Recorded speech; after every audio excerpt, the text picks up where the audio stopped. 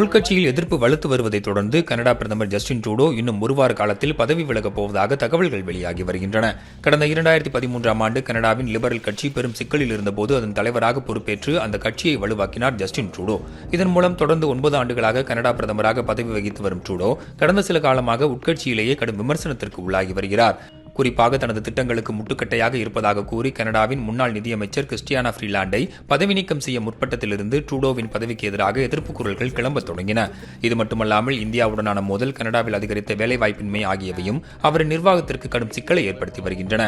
இந்நிலையில்தான் வரும் புதன்கிழமை நடக்க இருக்கும் லிபரல் கட்சியின் அவசர கூட்டத்திற்கு முன்னதாக அவர் தனது முடிவை வெளியிடலாம் என எதிர்பார்க்கப்படுகிறது. தலைவர் பொறுப்பிலிருந்து ட்ரூடோ வெளியேறுவது கட்சிக்கு நிரந்தர தலைவர் இல்லாமல் போவதற்கான சிக்கலை உருவாக்குவதோடு வரும் அக்டோபரில் நடைபெறவிருக்கும் பொதுத் தேர்தலில் லிபரல் கட்சி தோல்வி அடைவதற்கான வாய்ப்பையும் அதிகப்படுத்தலாம் என அரசியல் நிபுணர்கள் கூறுகின்றனர்.